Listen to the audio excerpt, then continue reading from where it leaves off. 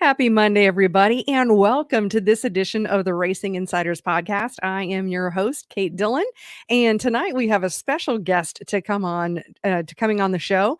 This is a racer I've known for several years, actually now, and it's been really great seeing his career continue to improve and develop.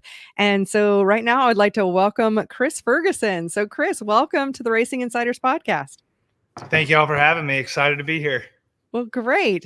And if anybody has anything they want to ask Chris, feel free to drop them in the comments, whether you're watching on YouTube or Facebook, and we'll see him here and we can pop them up on the screen. So just catch us up a little bit, Chris. So, it's a Monday. So just tell us a little bit about your weekend.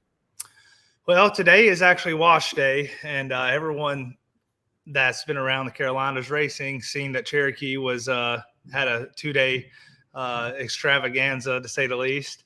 And so today you can't really tell now because my camera's not big enough, but I have mud all over me because it was a little muddy there on Saturday at the first 20-30 laps of the feature. But yeah, we've been washing. We had a long weekend at Cherokee. It was a couple long nights. Saturday wasn't as bad for us, but we're out there pretty late on Friday night and just had a good time. 2 good top 3 finishes. And really had 2 chances at winning. We were really close on Friday night when we drove up beside Trent for the lead on the last corner. And then Saturday we charged through the field and caught the leaders, but just couldn't make the moves when I got to them. So it was a good weekend, and here it is, wash day Monday. Everyone knows about that. They love it. It's part of dirt track racing. Probably the part that everybody loves the most, let me tell you. And that's why no one's here at the shop right now. So, but no, just kidding. Kevin and Terry's here, so they're washing while I'm doing this. So yeah, we're having fun. Yeah, you gotta get 2 choices of that Carolina red clay. It's either mud or it's that baby powder. It's like that baby powder red clay, and anybody who hasn't been to the South, it gets everywhere. It does. Typically, the racing's a little better in the mud too. Oh, yeah. That's great. I see Scott is here. He says, hi, Kate, and happy Monday from California, where the birds are singing and the sun is shining. Awesome. And Scott is always the first person to comment on our show here. So anybody who has any comments or questions, feel free to drop them into the comments. And but let's go back. Let's go way back to the beginning of your racing journey, because you certainly didn't start racing like yesterday. You've been at this for a long time. I see we've got some notes here. You began racing go-karts regionally in 2003 and became a 2-time national champion by 2005. What got you into racing in the first place, and and how were you so successful in those early days? Well, my family actually raced. I was very, very fortunate to grow up around racing, and with my dad, he raced 4 cylinders at Cherokee Speedway, Carolina, Thunder Valley, just so many tracks around here. He raced a long time and was able to have a lot of success. He won the 4-cylinder nationals, which paid, I think, $12,000 to win at Gaffney in 1999 or 01 or something like that. And before that, my grandpa raced. He raced at Concord and Hickory back when it was dirt. He ran like the 6-cylinder stuff. And then also my dad's sister married Gene Sanders, which is Doug Sanders' brother, which Gene raced and Doug, and so did Big A. And then on the other side of the family, my uncle Tony, which is Carson Ferguson's dad, he drag raced. So my entire family raced. I was able to kind of grow up around it. It was part of my life every weekend. Even when I was playing sports growing up, we always still went racing. We enjoyed it, and it was just in our blood. And started out in go-karts, 2000, like I said, 2002, 2003, and was able to get in with the right people. Jamie Knopf, which is a very successful name in go-kart racing. Jamie Knopf and Dennis Lambert really took us under their wing, and we got really good really fast. Was able to start out racing locally, and a year after that, win state championships, and then the year after that, win Daytona and win national championships, and traveled and raced a lot of big names that you would know nowadays. They were racing go-karts with me. back in the day, and super cool to really see the different disciplines of racing, people successful, whether it's in NASCAR, asphalt late models, dirt late models, or whatever route they went. I probably raced against them when I was 12, 13 years old. That's a trip. A lot of times I've heard that when go-kart racers transition over to late models, it's actually some of the best training that you get in go-karts to move on over into late models. What would you suggest, if somebody was wanting to get started racing? Well, I don't know from experience about driving a lot of other cars, because my dad raced all the other cars, and so did some other family members. He always told me that the habits that you would pick up from driving a 4-cylinder or a street stock or something like that didn't really apply to late models. So the choice was for me to go from late models. When I was 14, 15, I got a go-kart. I got out of a go-kart into a late model. And I think the biggest thing is in go-kart racing, you have to be really smooth. I know it sounds kind of crazy, but there's two sides of dirt late models that everyone knows. The side that where you throw it in as hard as you can, hit the cushion, run the wall, drive super sideways. And then there's that side of the racing where you have to drive really straight and smooth. And I think the go-kart racing really got me prepared for the straight and smooth. And it's been a long time ago, but I vaguely remember it. My second race in crate late models was March Madness at Cherokee Speedway.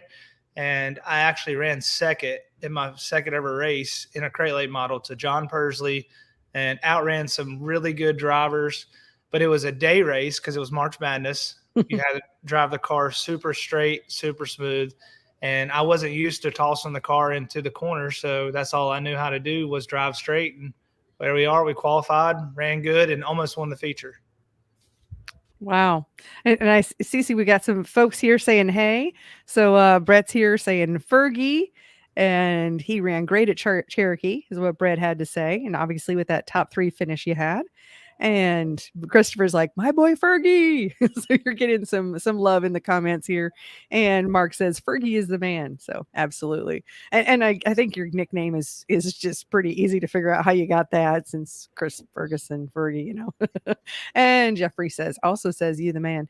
I mean, you've really built up really a massive following on social media, massive amount of fans.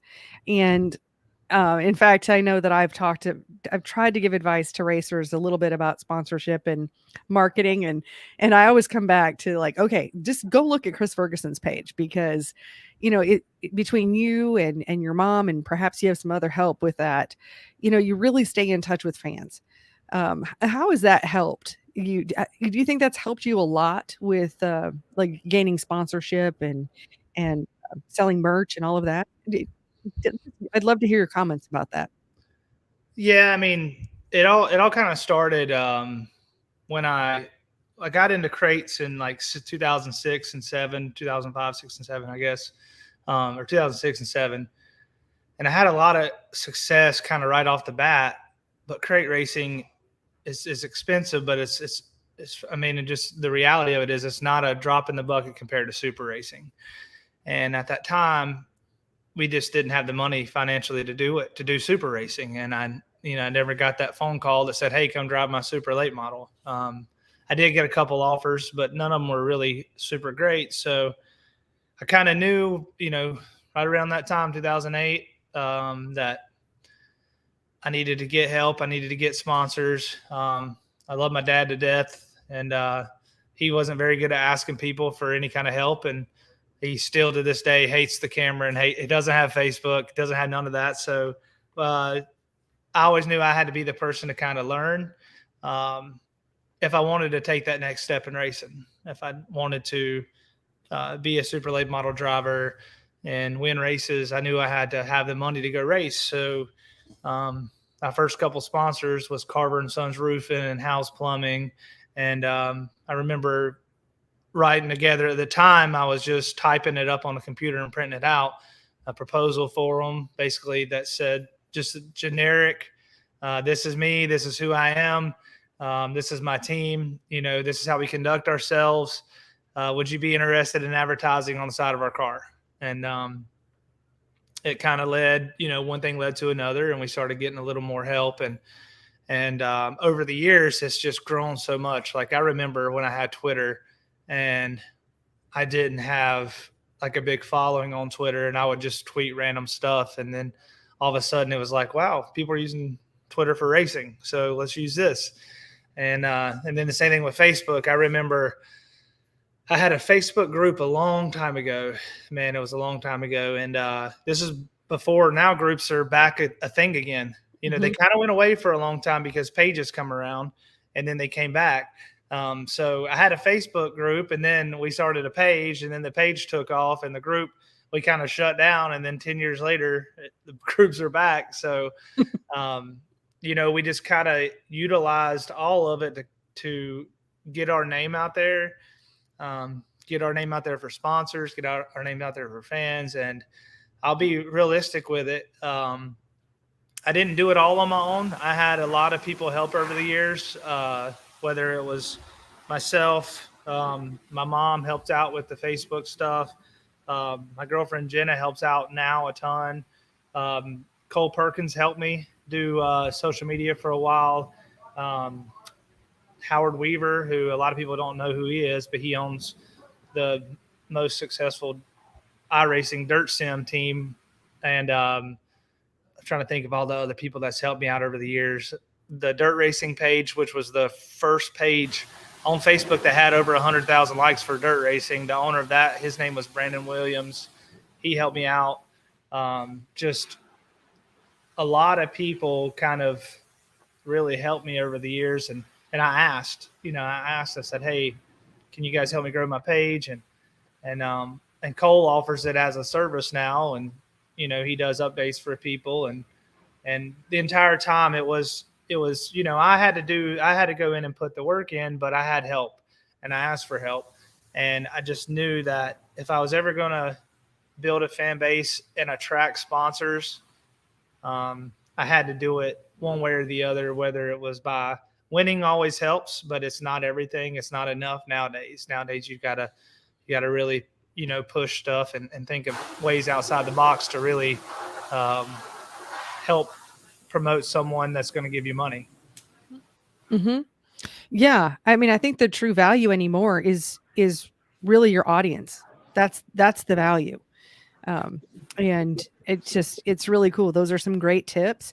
I think there's, especially in racing, there's a lot of, I'm going to do it on my own and all of that. So it's really great to hear how you've asked for help and not just always paid for all that help, but there are probably a lot of people who have asked like, oh man, your social media is so exciting. I'd love to be a part of it, or let's grab a camera and let's, videotape this type of thing. Cause you're active on, I think Facebook. I think you're active on Snapchat. If I'm not mistaken. I'm not a big Snapchat user. Yeah, Are you?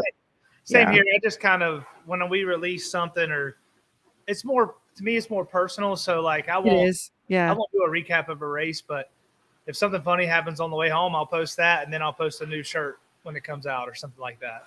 Yeah, great. Now, are you finding that there's any particular platform that you're getting like reaching the most fans with, or getting the most traction, I should say? I would say, typically speaking, my Facebook stuff kind of gets the most engagements in general. The one thing I have noticed, though, the fans from YouTube will actually come up at the racetrack and make it a point to say, "I'll watch your YouTube." Mm-hmm. Instagram is really similar to Twitter, but primarily right now, the YouTube and the Facebook page is what's kind of really the most active. And also, when I do like a promotion with a sponsor or a giveaway, or I typically tend to have the most success with those two. YouTube's kind of limited because it is a video platform, where Facebook, you can do a post and share and do the like this comment and tag 2 friends for a free whatever. Always seems to work and gain a lot of traction. People love free stuff. So but yeah, that's the two main things in my opinion. You know, if you have a active Facebook page and you have people reacting to it and people can see, hey, there's 75 comments on this, there's, you know, 100 likes, 1,000 likes or whatever. I think a company looks at that and realizes, wow, this guy's actually influencing people, which will in turn hopefully influence them to try whatever business they are. Mm-hmm. Well, and I'm sure that you are able to take the insights and the demographics from your Facebook page and your YouTube and be able to go to a sponsor and say, I mean, like in my case, you know, we're, you know, 93% of my audience is men. So we're not going to be, there's not going to be any advertising of makeup on my podcast, you know, or whatever. But, you know, that you can really go to them and be able to be really target like, hey, my audience is your target market. And I know where they live, and I know how old they are. It's honestly kind of scary a little bit. It's so creepy. It's so creepy. It is cool to be able to tell people, hey, we can if you know, if you're okay, like if your audience is dirt track racers and Hotsy wants to sponsor me, I just say, hey, like our audience is dirt track racers. All we gotta do is show them that this Hotsy works. Yeah. Yeah. They'll buy it, you know, or they'll be engaged in it, you know. Oh, for sure. For sure.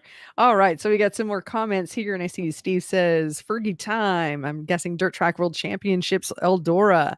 Well, speaking of Eldora, you had one hell of a run this year at the World 100. Tell us a little bit about your experiences at, you know, at Eldora and especially, you know, doing so well.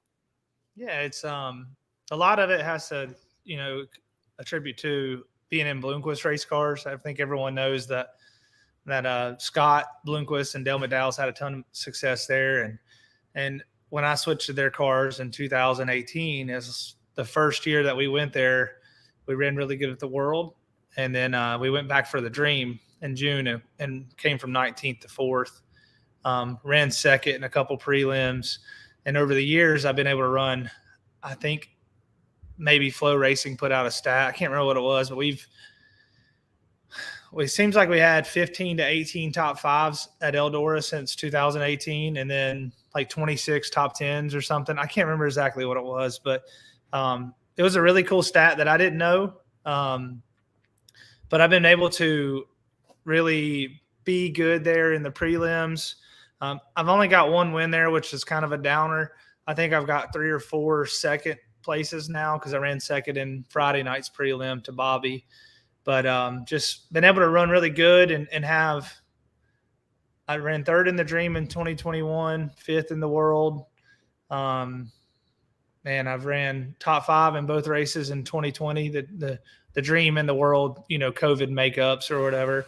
And then this year at the World, I was able to run this past weekend or this past month. We were running top 5 the first night, and we broke a transmission. We had a freak accident happen. Never broke one in my entire life like that. Mm-hmm. And the second night we come back, rebound, finish second to Bobby, actually raced for the lead, maybe a couple laps. And then in the finale, we were able to win our heat race from 4th, which was pretty wicked. It was a heck of a heat race. We put on a show and then start 3rd, but then get the lead on the start and led the World 100, which is the Daytona 500. But it's not like Daytona. Anyone can win. Anyone can lead the Daytona 500. It's a drafting track, but the World 100 is the biggest race of the year. And to lead I think we led around 20 laps and ended up finishing 7th. It was a pretty good accomplishment. You know, I would have had a top 5 if it wouldn't been for the caution with 2 to go. But just look to turn the corner and win the big one there. But we just keep knocking at the door. Hopefully it'll happen. Yeah, persistence. You know, keeping at it. And I think that's the thing I've just seen from afar with your career. And, you know, in the 10 years, you know, I've probably known you like 10 years and seeing that you raced a lot in crates back, you know, 10 years ago.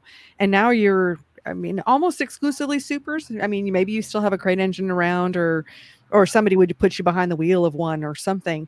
But, you know, I always love to see when people's careers and their dreams just grow and are successful at it. Do you, is there anything that you would attribute that success to? Well, the people around me for sure. Well, it meant for my dad. He's been the biggest part. He's been able to keep this thing going.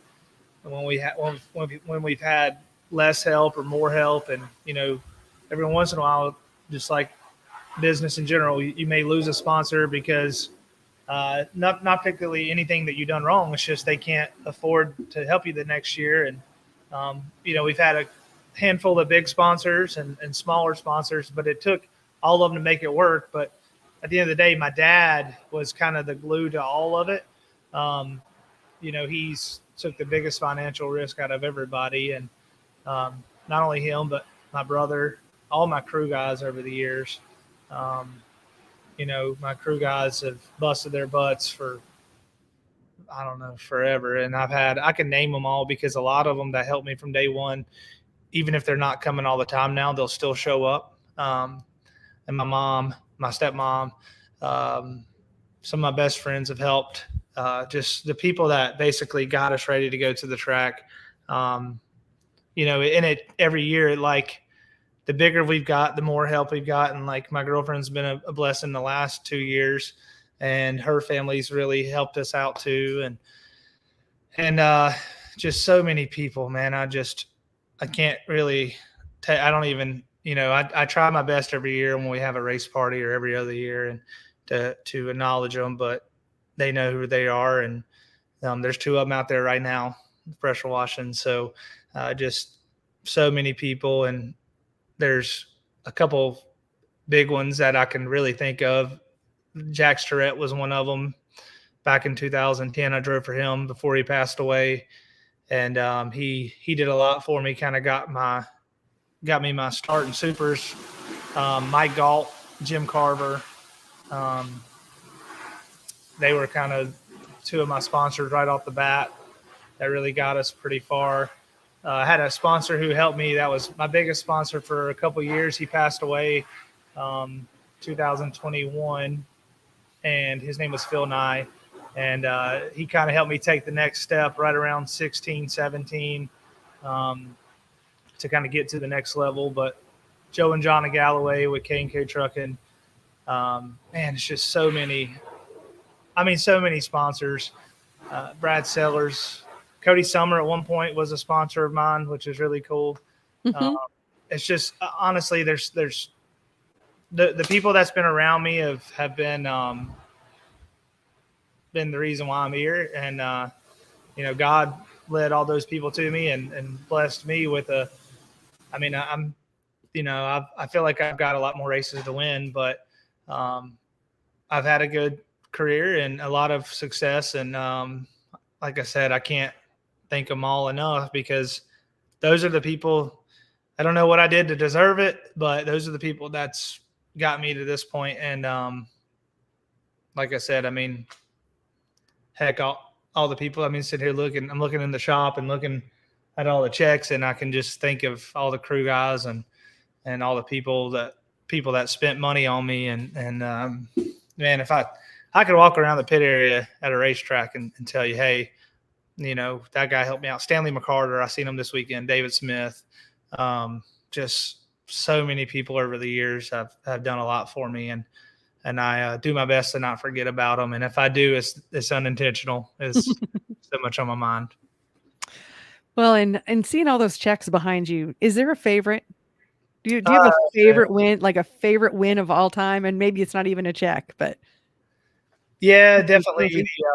The Show Me 100 last year was probably my favorite one because a couple reasons. It's been an event that's been around for 38 years, I believe, or almost 40 years now. And we were able to win it in a pretty cool fashion. We were able to pass. I consider him a competitor, but at the end of the day, I give credit where credit's due. Jonathan Davenport's probably the best driver of my generation, most successful, and probably will be, even with Ricky Thornton and Bobby Pierce and Hudson O'Neill all doing what they're doing.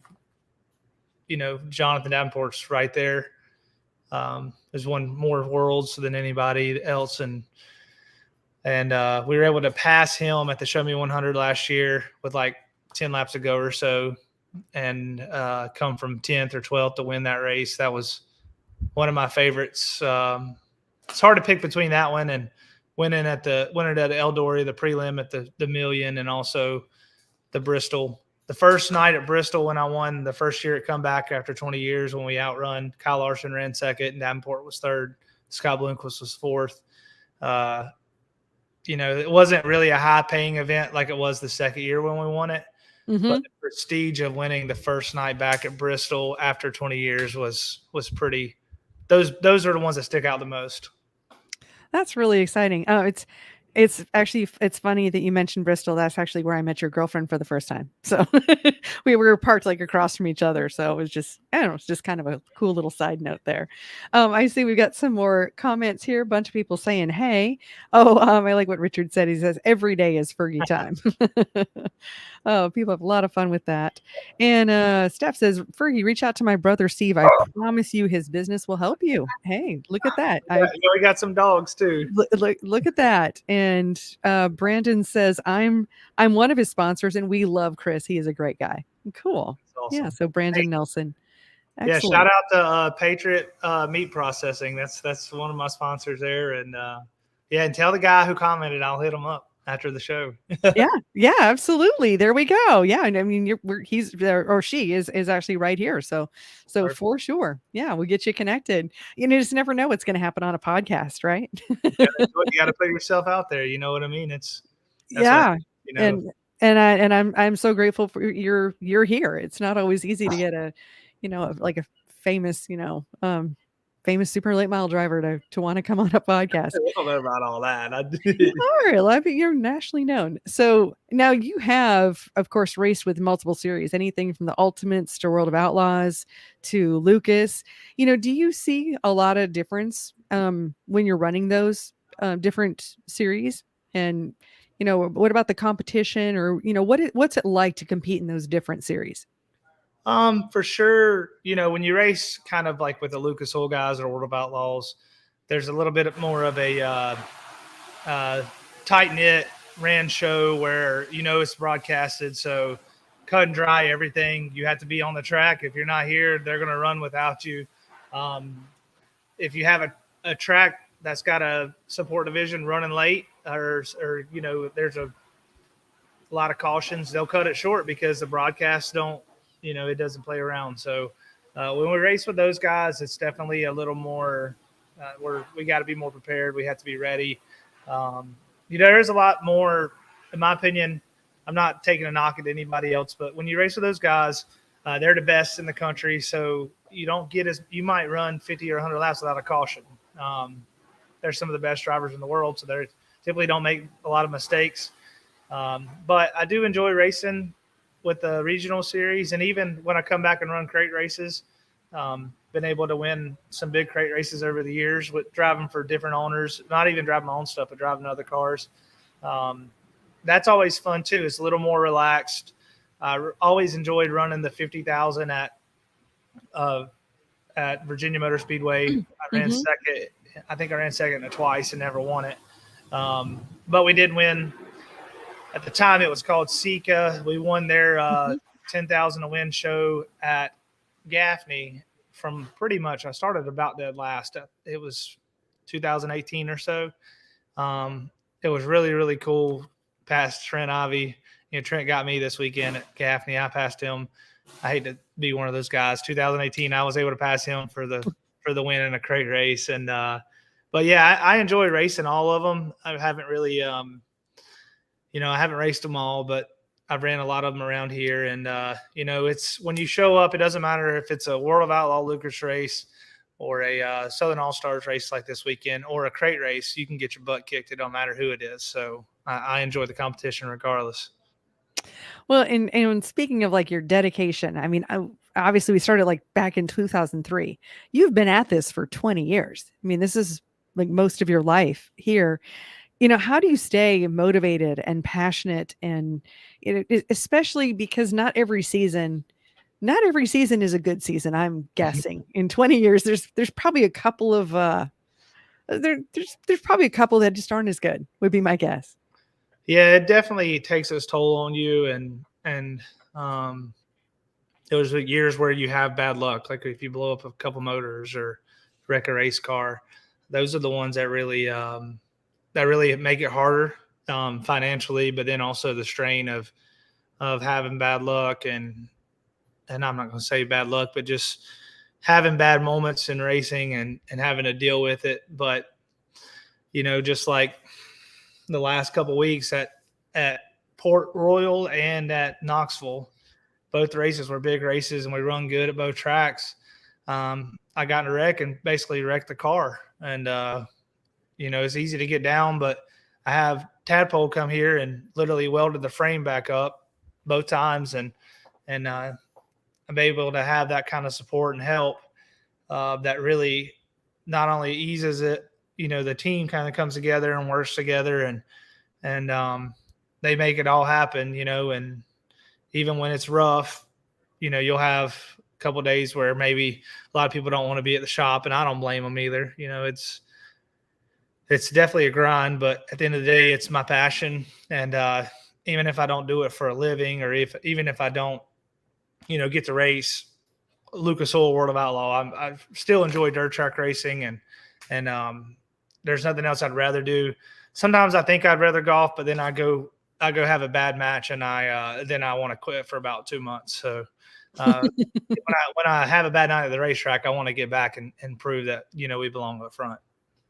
Now, do you find that you kind of end up having trends in a season where, is it up and it's down, or is it like, oh, it's kind of bad luck after bad luck at bad luck, and then you think about it and maybe it turns around? Yeah. Yes, ma'am. It's definitely a roller coaster. Regardless, you have to ride it whether it's going up or going down. So, a lot of times, it seems like when when it's going down, no matter what you do, it's always something happens that's out of your control, or even if it is in your control and you do something wrong on the racetrack, it just seems to happen, and it comes and it comes and it literally doesn't stop, and you've went a month and a half having terrible runs, or but just like everything else, it doesn't stay that way forever. So you bounce back and then you enjoy it. But it seems like when you stumble on something and find some speed, you typically can take it about everywhere you go. That's a good thing about dirt track racing. Even though there's a lot of variables, a lot of times when you find something that works, it typically works about everywhere. It doesn't always, but when you have speed, you typically can unload, whether it's a bull ring or a half mile or a bigger track. You're typically going to be fast about everywhere when you unload with it. So you have to ride it, but when it's down, you just got to keep working, and regardless, you can't give up, because about the time that you give up and you stop working, not only do people pass you and you get farther behind, and then it makes it even harder to come back and be faster or win. And I haven't won since June, but I have every intention of going this weekend to Swainsboro and winning both nights. Great. Well, that's actually a really, really good follow-up to that. Is obviously equipment is a very important aspect of this. I mean, that is absolutely important. But with everyone being so competitive, how do you mentally prepare for this? Because this has got to be a mental, your endurance, yes, there's the physical component, but how much of this is mental, and how do you prepare? A lot of it is being confident. When you do have confidence in your race car, you feel a lot better pulling onto the track. When you don't have confidence, it definitely makes it harder. But I'm able to, when we raced the last weekend and let's just say we have like a second or third place finish like we did this weekend. Yeah, we didn't win. But there was times where I feel like I was the fastest car on the track. So you go by that, you feel like you have a shot when you go back, and the experience. I've been to Swainsboro, I've won at Swainsboro. So I just, know going into the race that I'll have a shot at winning them races. And I don't know. I'm able to, well, a couple times, a year, I'm able to get on iRacing and make laps at Eldora before we're actually there. But I do like to watch the video clips from YouTube, from Dirt on Dirt, from Flow and Dirt Vision, all the XR, all of them.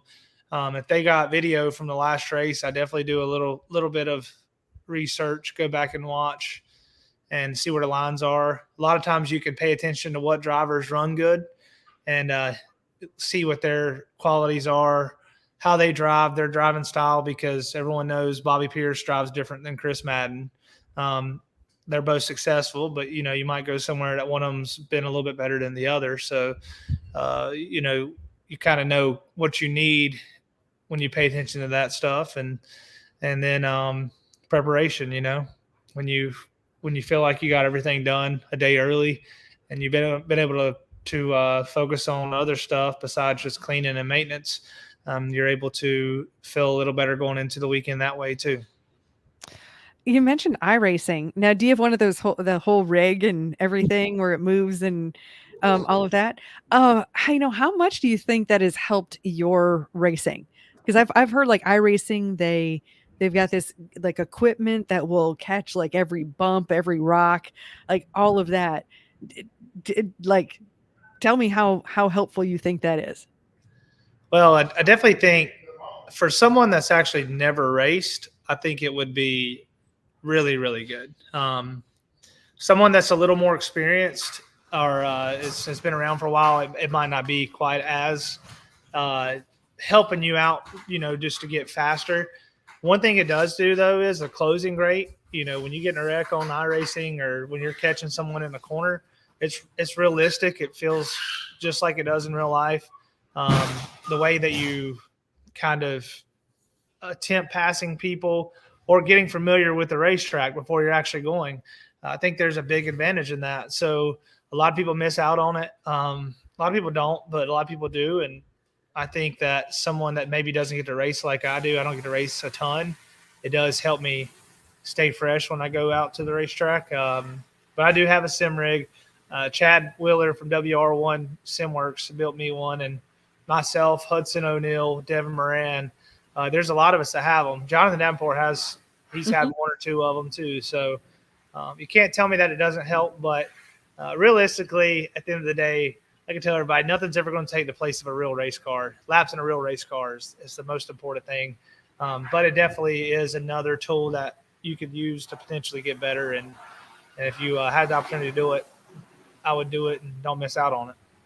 Yeah, good training tool. Although you already know that you can't fool your mind into thinking that you're actually going to get hurt, which is, I mean, I know that's not what you necessarily think about in a race car, but it's got to come into a little bit into your psyche that, I think they should hook up I hate to say it like this, but something to shock you whenever you hit the wall or something. Yeah. I hate to say like maybe that, the insurance would probably be stupid on that, but that way you could have like a reaction to whenever you do something wrong on the sim. But maybe that's a terrible idea. Who knows? But no, it can go one way or the other. Well, yeah, there's like no consequences, it's like it's like monopoly money, like trading with monopoly money or something. Like, Exactly. oh no, that cost me like $500 is not the same as actually $500 out of your pocket or what have you. I see we've got a few more comments here. And Scott McPhillips from Hooker Harness, he says best original sponsor request ever. Fergy. Yeah, that's a funny story. Oh, tell it. Oh man, so I think it was my first ever PRI show. I didn't even know anything about it. I was just back when it was in Orlando, and I knew some people that maybe knew Scott with Hooker Harness, and here we are. Like I said, here we are. That's been 2008, I believe. So he's been a part of my team since then, a personal friend, and but I walked up in the booth and I said, "Hey, I'm Chris Ferguson. I know you never heard of me, but I'm going to be good one day. I'm not good right now, but I am going to be good one day, and I promise you that I'll sell some seatbelts for you guys." And hindsight, it's crazy. We've sold a lot of seatbelts for them, but back then no one knew who I was, and And then I think I know he wants me to tell this part more than anything, but kind of embarrassed of it now. I didn't have a tie that was long enough. It was a little short. So they ride me to this day about how I was wearing a nice shirt with a tie at PRI, my first ever time there. And the tie wasn't long enough. So, I was just a kid basically asking for help. And they took a chance on me. And here we are.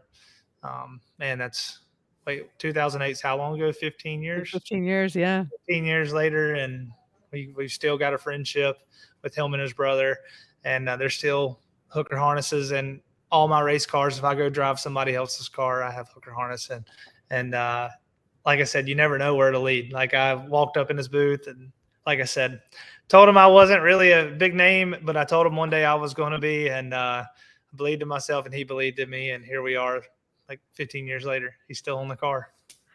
That's really cool. And I don't know if you know this, but his brother Neil was on the show last week. Oh, So, yeah, Neil's awesome. yeah. Yeah, Neil's great too, for sure.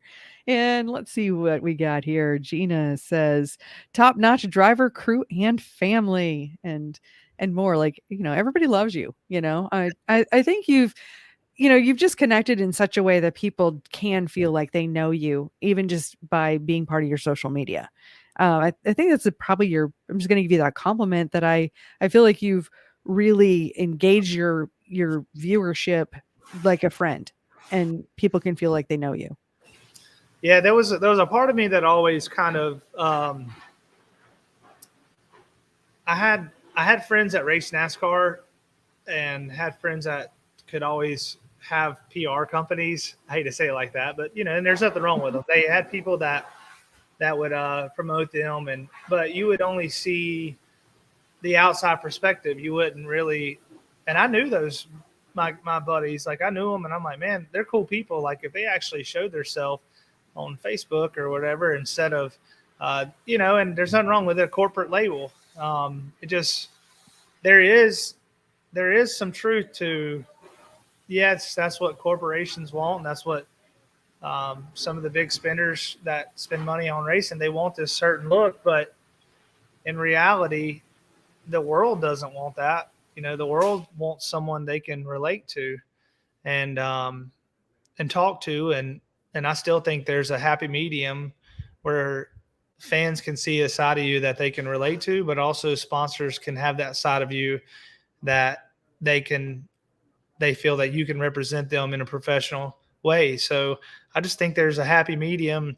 And when I was a kid growing up, I seen so many of the ones that wasn't that way, that I had a buddy who was 14 years old that was racing, or 16 years old racing ARCA and everything they were putting out online. I was like, that's not him, or, it's like, and it was cool. But to me, I think that's what helped us grow so much was people felt like they knew me, and I put so much out there that's why they related to me and they become fans of me and friends. When I look at these comments that are coming through, I know a lot of these people personally, and I feel like I've never been the type to shun people or tell them that, I don't know how other drivers handle it all the time, but I always try to make time, and even when I'm in a upset mood or bad mood, if something doesn't go my way, I try my best to hide it or cover it up, and still treat people with respect and fans especially, and because at the end of the day we wouldn't be here without them. So it's just been a long time figuring it out, and just kind of been very fortunate to have all the fans we do.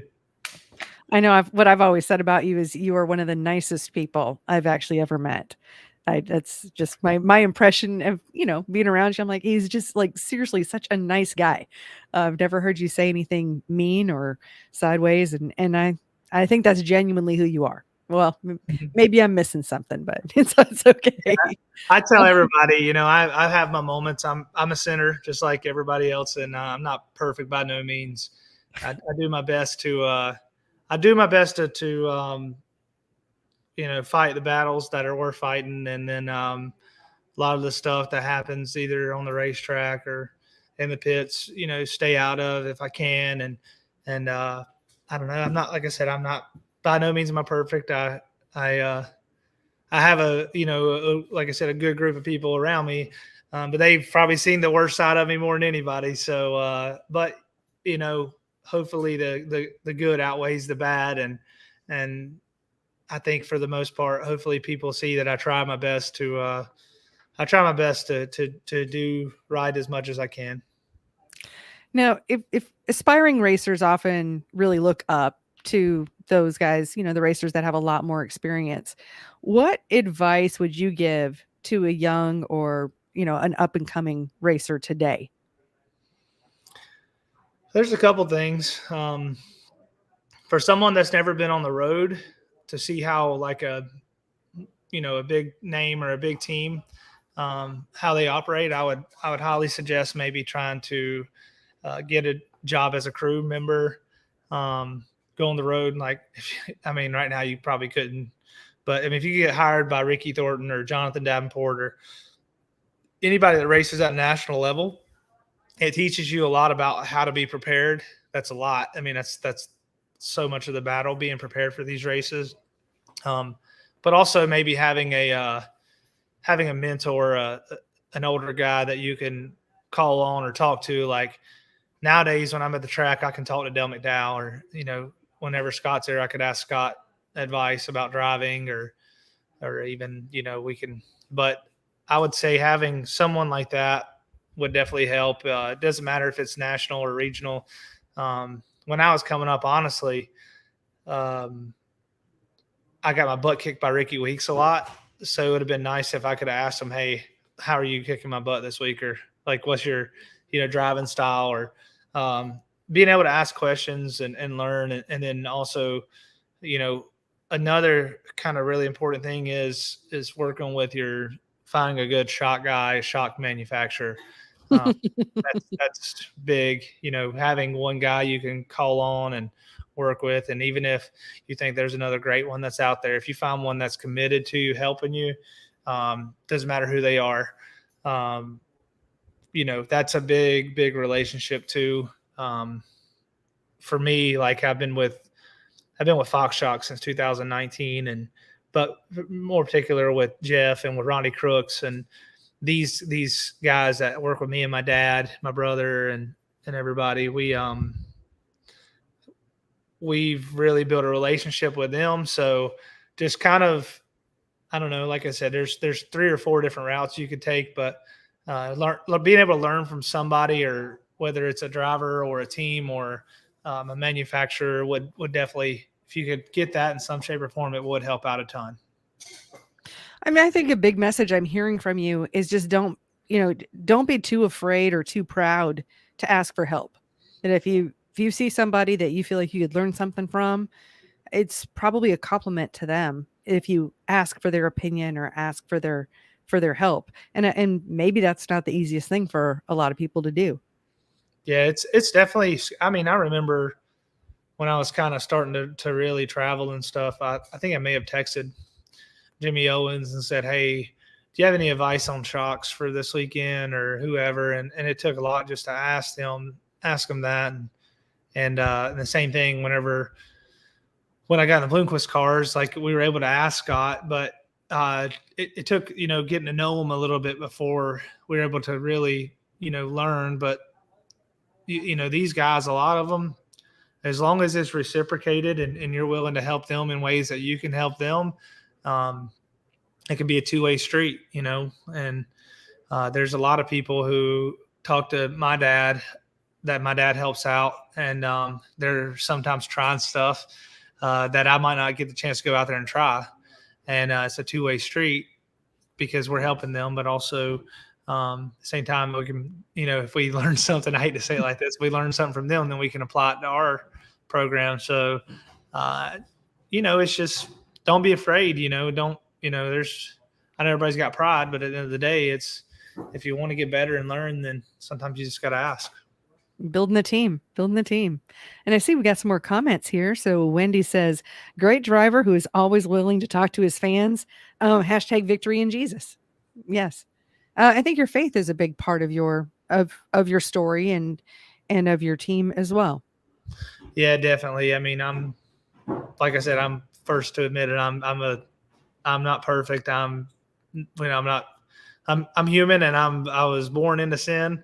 If I didn't have Jesus Christ in my life, I wouldn't have no eternal value. So very very proud to say that and say that I am. I know where I'm going when I get there, and it's easy for anybody to ask about or talk about, and I've been very very fortunate because I feel like God has gave me a pretty good platform to spread the message that I believe in, and give it to anybody that accepts it. And there's been moments where I've been at racetracks where I've had a bad night, and someone would come over and be like, "Man, how are you able to be happy with getting wrecked or having a flat tire or leading a race with two to go?" And I'm like, well, at the end of the day, it happened because it happened, and there's no eternal value in winning a race. I mean, it's cool, it's great for now, but that don't matter when we get to heaven. So, but like I said, I'm not afraid to talk about it, and it's a big part of my life. It's the biggest part of my life, and even though, like I said, I'm not perfect or anything, that's part of being a Christian and believing in Jesus, is knowing that we're never going to be perfect, but we luckily have Jesus Christ to fix that for us. You can always try your best, for sure. And a couple more comments. So Gina says, always a proud fan. Eric was right there beside you saying, amen, brother. And Andrea says, you are genuinely kind. I do agree with that. And then Tom's got a long comment. He said, had a rough go at Smoky Mountain earlier this year, but was very great when my grandkids walked up with a Ferguson hat. He took the time to sign them and talk with the kids. Also took a picture. Yeah, that's that's what I've always seen. And another amen here. Another comment. Donine says, when we were, or it might be Shane, when we were racing, we would have a sponsor only party at the end of the year. We provided homemade food and beverages just to thank them for their support. They loved it. We had sponsors come on board because of our party. Yeah. And I think you're known for your party as well. Yeah, it's definitely a good thing to do it might take a little bit of money to go do it, but at the end of the day, it's just a way of showing appreciation towards those people getting together at the end of the year and saying thank you. And we do it. We do a dinner every year. We've done a race party a couple of years too, and I've been able to keep sponsors for an extended period of time because of that. And I definitely suggest, if you do have any kind of sponsors, take care of them. Do what you can to make them happy, and then treat them right, and spoil them a little bit. It does help spoil them a little bit, because they're the ones that's doing it to you. They're the ones that's writing a check for you to go race. So the race party is a great idea, and even if you can't do a party, if you can just do a dinner like that guy said, it just goes a long way with people. Yeah, appreciation, gratitude. And a lot of times when you're at the racetrack and you're focusing on racing, even if you're surrounded by your sponsors, you're just not in the same frame of mind to be able to talk about their kids or their grandkids or what boat, what they're doing on the boat. Like, you're focusing on, do I have the right gear in? And I mean, I'm race Chris is probably a lot different than just kickback Chris. Yeah, it's definitely hard to do it at the racetrack. I'm very fortunate that I have some of my biggest sponsors, like Dr. Tim, Jason Heckel, Scooter King. They will like to come work on the race car, so it's really funny. It's really funny to see Dr. Tim, because Dr. Tim is one of the clean cut people that you would never think to see at a racetrack. He is up under the car, taking shocks off, changing the rear end. Changing the gear. Those guys are in it. But then I have sponsors who like to come sit up in the stands. So, but when you're at the track, you don't always have the time to please everybody, and they understand that for the most part. Everyone understands that. So, But when you do have time during off season or during the week, or like I have a group message I could show you right now on my phone. I have a group message with all my sponsors that basically I try to keep them all updated, where we're racing or how we ran. And there's probably 20, 25 people in there, but they might not know each other, but they know that it's a group that's part of the support of my race team. And so I send it to them out of respect to kind of let everyone know where we're racing or how we did. And that's the stuff that I think people look for when they're wanting to help somebody. That is actually a tip that I have not heard anyone talk about. And it's, it Easy. seems so obvious after the fact. So if there's one thing that racers can pull away from this is that group message with all of your sponsors is just such a absolutely awesome idea. It's so crazy. Like I'm sitting here and I look at it now and there's there's 20 people in it, and there's pictures and updates and stuff. And then when I click on them, because I've had over the years, I guess because the way iPhones are now, you can see your text messages from 5 years ago. I've had a couple of different groups, and then every once in a while, it's so funny. I love my older sponsors to death, but sometimes they'll text the old group and say, "Hey, where are we racing this weekend?" And and there's some people in there who may not be a part of it no more, that took some time off. They still get the updates, so it's kind of funny. Or like the new groups is when we add people. So so I add more people. So it's really cool to have stuff like that. And I think just that everyone knows it's a lot to keep everyone updated. Everyone knows. So anytime you can make it a little easier, I think people understand, and my sponsors understand that. And I know some of them that may not ever respond in the group, but when I see them, they're like, "Well, we knew you were racing here this weekend because we seen it in the group." And I'm like, everybody's different. So it definitely helps out. Well, that's such a great personal touch. I mean, and it might even be the same kind of thing that you put out on Facebook, but they really are they get the inside scoop. And it's like if you watch enough YouTube, you'll hear about people's Patreon groups or it's like you've done that on your own with that. I think that's really, really brilliant. And I see we've got some more comments here. So we've got one here. Best driver to work for. Is it Trey? Okay. I've got light in my eyes. Yep. And Rick says, great driver and even better person. And Gina, Chris is always taking care of his sponsors. Great. And Shane says, well, without them, we couldn't have raced like we did without sponsors.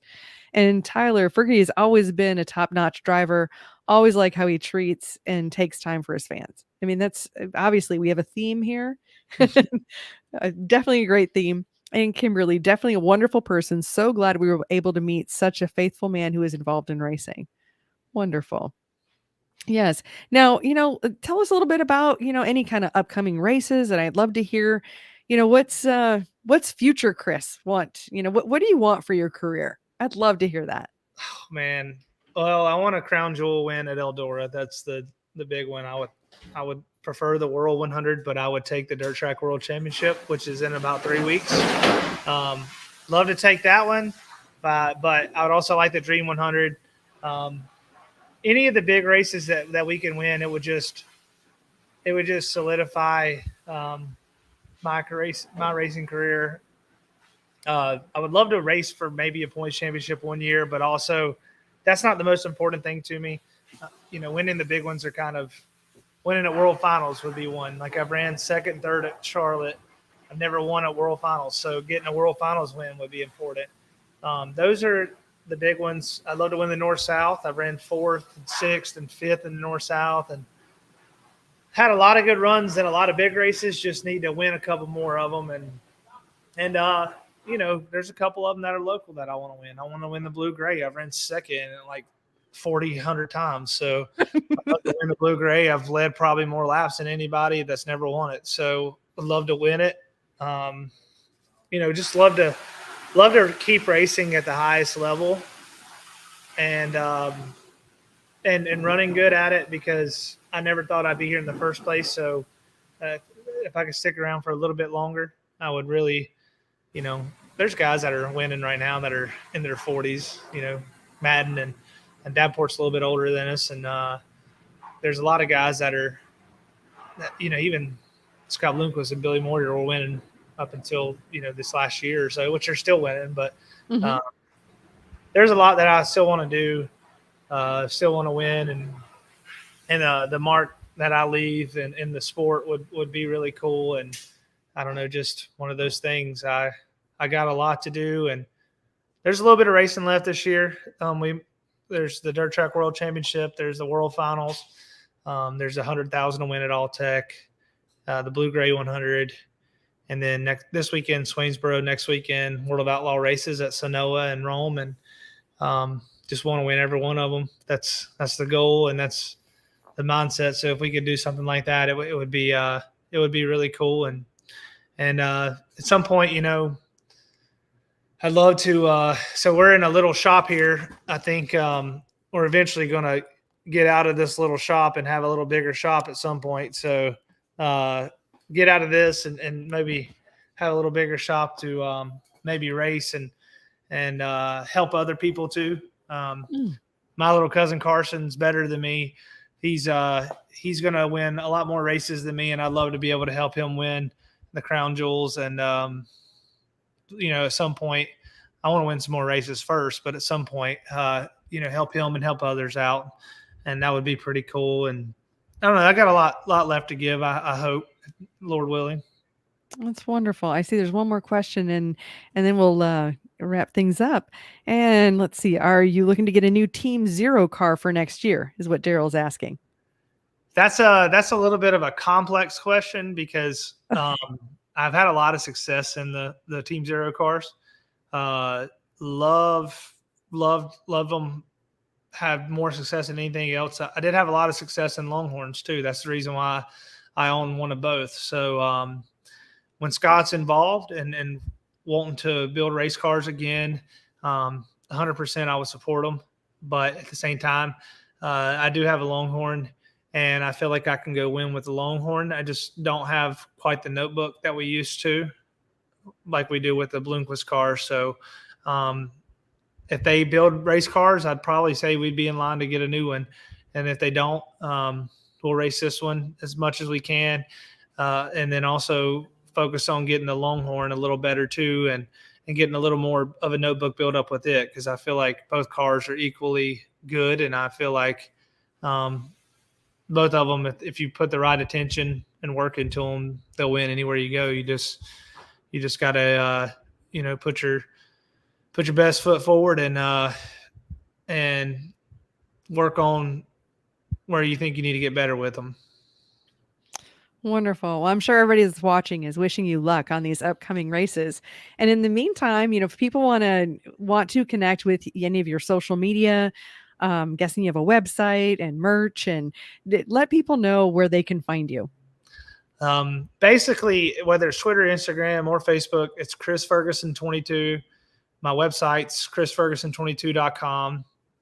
And then on the website, it's got the schedule, the link to our merchandise website, which is shopfergy22.com. So basically, Chris Ferguson 22 on all the social media, YouTube, all that stuff. We do it. We're pretty active on all of them, and very, very appreciative to all the fans and people that follow us. And we try to keep everybody updated. I was doing a time lapse earlier on washing the car, but I took too long, and I think the GoPro died. But we probably got a little bit of footage. But yeah, we just social media. We're always on there, and also the website keeps everybody informed. So we're at a racetrack every weekend too, if you didn't know that. Great. And we'll be sure to put all of your links into the show notes. And for anybody who's, watching or caught part of it or whatever, you can find the Racing Insiders podcast on the Crate Insider Facebook page and Crate Insider YouTube channel. But we're also on Spotify and Apple Podcast under Racing Insiders podcast.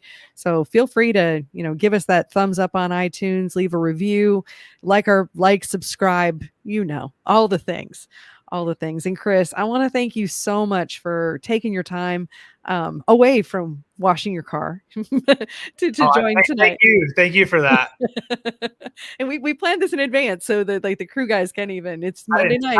I didn't tell them though, that. But they're okay. Like I had about half of it washed, so they had to do the last half, and they were coming in. I think they're almost done washing it, so we weren't too bad. Timing. Well, thank you so much for being here. Thanks everybody for watching, and we'll look forward to seeing you next week. Have a good one.